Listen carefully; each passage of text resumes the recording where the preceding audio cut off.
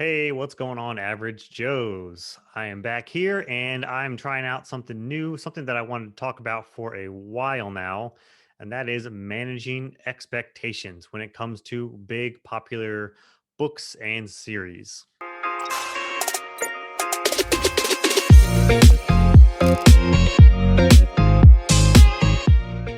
Something I realized recently is that my intros and outros aren't the best. I'm gonna try and get better at that, better whether it's walking into the video or just me in general. So for starters, please like and subscribe my videos if you would like some of these content that I'm doing. I'm really trying to still find my voice when it comes to this channel and what I want to talk about and what I want to do. And that's kind of how I wanted to start off this video as well. Is I was trying to think of, what is something about me that is either unique? What do I bring to the table is kind of what I was trying to figure out. And something that I know that I've really thought about when it comes to a lot of opinions and book things and just life in general is that I am very logical. I am not, I don't really make a lot of decisions based on emotion. I am a very logical person.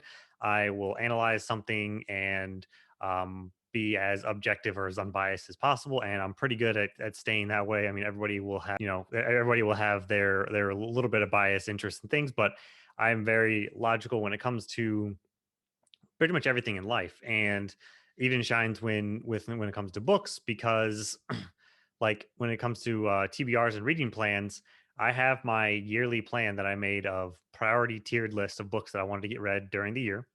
I'm still sticking to that. I'm still going strong on it. And I have built in within that reading plan for the year wiggle room to have for mood reading, for new things that pop up, for other things that I might want to get to. And it's still going great. I still have a lot of books on there to get to, but it's only May and I still have plenty of time, but I'm still happy with having that wiggle room to read whatever I want. And that's why I don't do monthly TBRs because I don't want to set myself up for failure to say, yeah, I'm going to read these 6 books in a month when, hey, I might not get to that many books or I might not want to read some of those and I'm not going to stick to it if I don't want to do it. And it'll probably end up looking like that every single month where I'm just like throwing books to the side and it's like, well, what's the point of a TBR if not even gonna stick to it? And that's just me.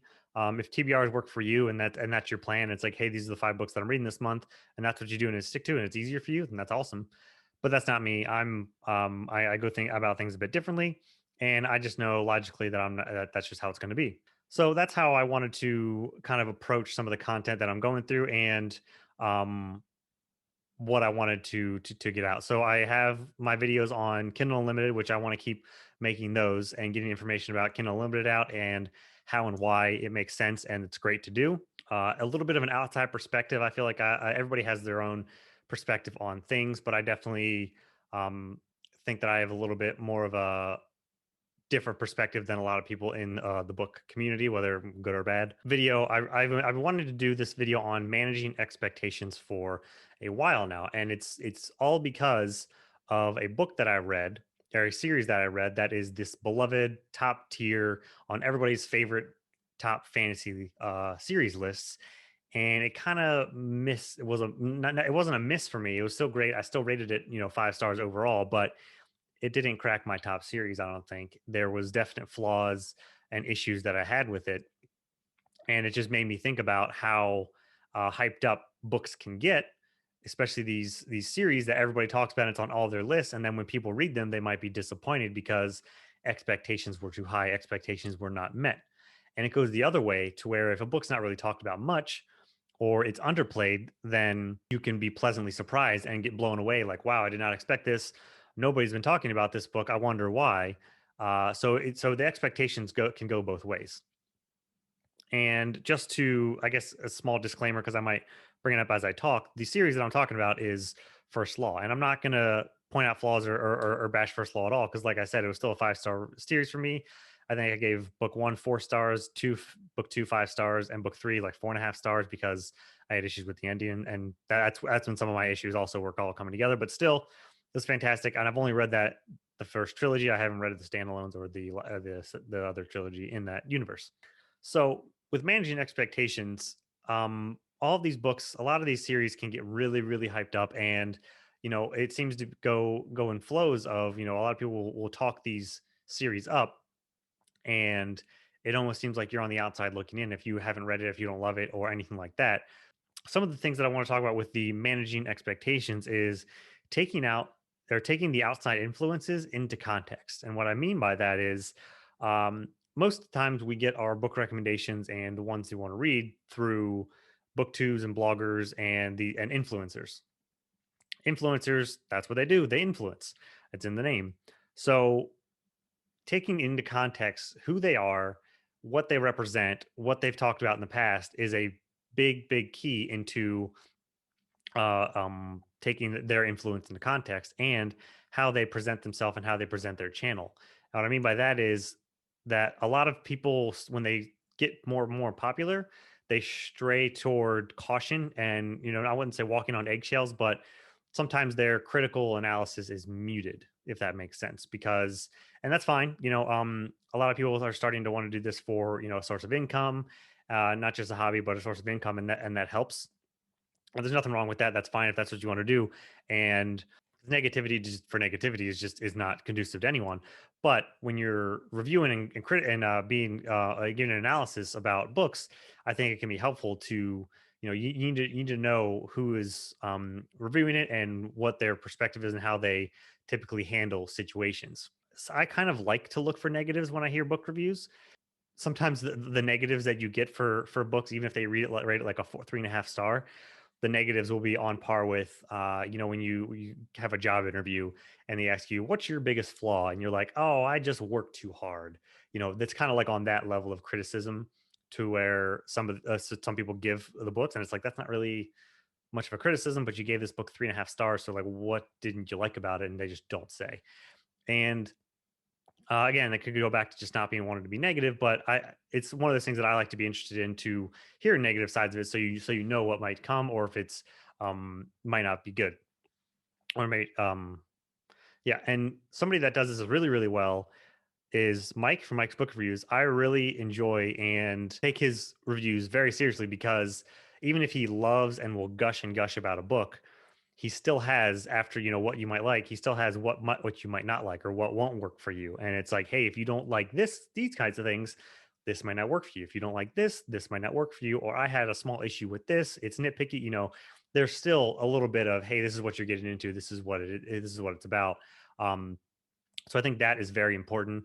Elliot Brooks also, she doesn't really hold back into sharing her opinions on a lot of books, and lots of people do share what they think. I mean, Alan from Libraries, Alan's January, he hasn't held back a lot from anything that he's had to say. Just watch any of his videos about the Lord of the Rings. So knowing how information is being presented from the channels and the blogs and the stuff is definitely important, of how, taking that outside influence in context. It will also help you watch out for that hype train. And when the hype train's going, it's hard to not get on it. This is, a lot of times this happens when new releases are coming out and everybody's getting their reviews out and they're gushing about it, and that's great. But it's just managing the expectation with the hype trains, and knowing that. Let's just say you have a friend that found this new burger place, and they say it is the best burgers in the world. They are the best ever, and they're going to tell you that, oh, if you go to this burger place, you're not going to want to eat another burger anywhere else, because this is the absolute best. So you're thinking, okay, let's go get this burger. It's going to be the best ever. It's going to blow my mind. And then you go there and you're like, this is a damn good burger, but it's not the best ever. So I'm kind of disappointed. And that's kind of what I'm talking about with the hype train. If you have something that's overhyped, you're kind of being set up for failure, to me.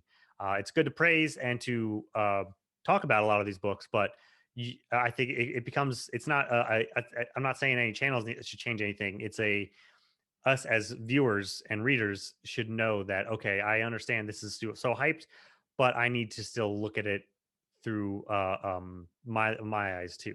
The next one for managing expectations comes down to having shiny object syndrome. And this happens when, like I said, all this content, these videos are coming out about these series and these books, and then it seems like everybody's reading it, and then everybody starts to get FOMO, or people start to get FOMO, and now you get shiny object, and you have to go read this because everybody else is reading it, and that this is a great popular read, so I need to go be a part of this great popular reading. And sometimes that could be bad as well because you either don't know that much about it, or with the added, peer pressure of joining to read books, to read this popular book, you might feel like you need to jump on the hype train as well, and to love something that you don't. But it still goes back to managing expectations to me. I don't really suffer from any kind of FOMO or wanting to read what everybody else is reading. I still have my reading plan. That's why I have my priority list reading plan, because I like to stick to it. Now, if it's on my list for the year, then I'll jump on with it, especially when it comes to like buddy reads. That's happened with like I just read Red Rising trilogy, and that's because I already had it on my list for this year. And then I found out in February that the Library of Alexandria was doing a buddy read for it one a month. And I was like, well, perfect. It's on my list for this year. So I'm just going to slide it right in. I was already going to do it. But there's so many other ones that it's like, yeah, it's on my list, but it's like maybe next year, or if I fit it in. I haven't felt like I needed to rush and get it in, even though everybody else is reading it. And that's fine. It kind of allows you to take the pressure off of, I don't know if it's necessarily want to say groupthink, but kind of it lets you, experience books on your own can be very good, because there's not as much pressure to go along with groupthink. And I'm not saying that's a common thing that always happens. Sometimes all overwhelming positive feedback from something can be a bit, it could almost be overwhelming and influence opinions of some. To go to another food metaphor, because who doesn't love food metaphors? Say you're at a restaurant and you're eating some chicken that is very, very good. And then you have a friend that got this salmon that is amazing, and they're raving about it and saying, oh my God, next time you come here, you have to get this salmon. It is the best ever. Logically, you should think, okay, next time I come, maybe I'll get that. I'll take it under advisement. Uh, you're not going to stop what you're eating right now and say, hey, I want that salmon right now. Or, oh, I wasn't planning on coming here tomorrow, but you said that was amazing. I should come here tomorrow and have that because you're raving about it so much. It's not a perfect metaphor. No metaphor is perfect, but what I'm saying is that read these books when when you want to read them, when you fit them in, and not necessarily when everybody else is trying to get you to read them, or um, to go along with the hype train. Next, as I mentioned with buddy reads, I think buddy reads can be great for managing expectations at times. It could go either way. And the good part about the buddy reads and this is, if a very, very popular book is not quite doing it for you, and you're thinking, what am I missing? This book is loved. Everybody's talking about it, but I don't understand this. I don't know why th- people love this when it's this. If you're doing a buddy read, you can kind of bounce these ideas and reflections, and maybe other people are struggling with it. Maybe there's people that have already read it that go, oh no, this makes sense. You just have to wait and it'll be cleared up. Or, oh, you might have missed this is why. And it's like, oh, okay, so having buddy reads to help connections might be a good way to manage expectations, because we're not flawless. We miss things in books. I definitely miss things in books and miss connections, and especially when they're a bit deeper on under the surface level that you have to make other connections to. I'm always reading 3 books at a time, so I've had to clear some things up. Or if I will be in a buddy read chat and I'll just read whatever people are saying, I'll read something and go, oh wait, that I didn't think about that. That actually makes sense. That's kind of cool. And then not necessarily that I was having issues with before, but something might just seem better. And it's like, okay, that's cool. You might not be used to the writer's work, the writer's the writing style, whatever it is. So having buddy reads to bounce things off of can help when managing some expectations, or the execution of a book. Now, the reason why I say it could go either way is because on the flip side, I've done some reading, and I read for a while, and I got on the server, and I was like, hey, this and this came up. I don't understand this. Like, why is it like this? This is weird to me. And then somebody explained it. I was like, oh, okay, I guess that makes sense. And then I read for a little bit longer, and I came back. I'm like, okay, now this other thing's happening. I don't understand this, and why is this like this? And then it's like I had to keep on getting an explanation. And if you have to have an entire book explained to you, maybe it's just missing the mark completely for you. And while all of these other people can extrapolate all these great things and these connections and know all this, you can either make you feel like either you're just really thick, or the writer just completely missed the mark for you. So it could go either way with bouncing ideas off of, but I guess it could at least confirm for you whether it's a book for you or not. It can either help you stick with it, especially if it's a series, or just say, maybe this one isn't for me.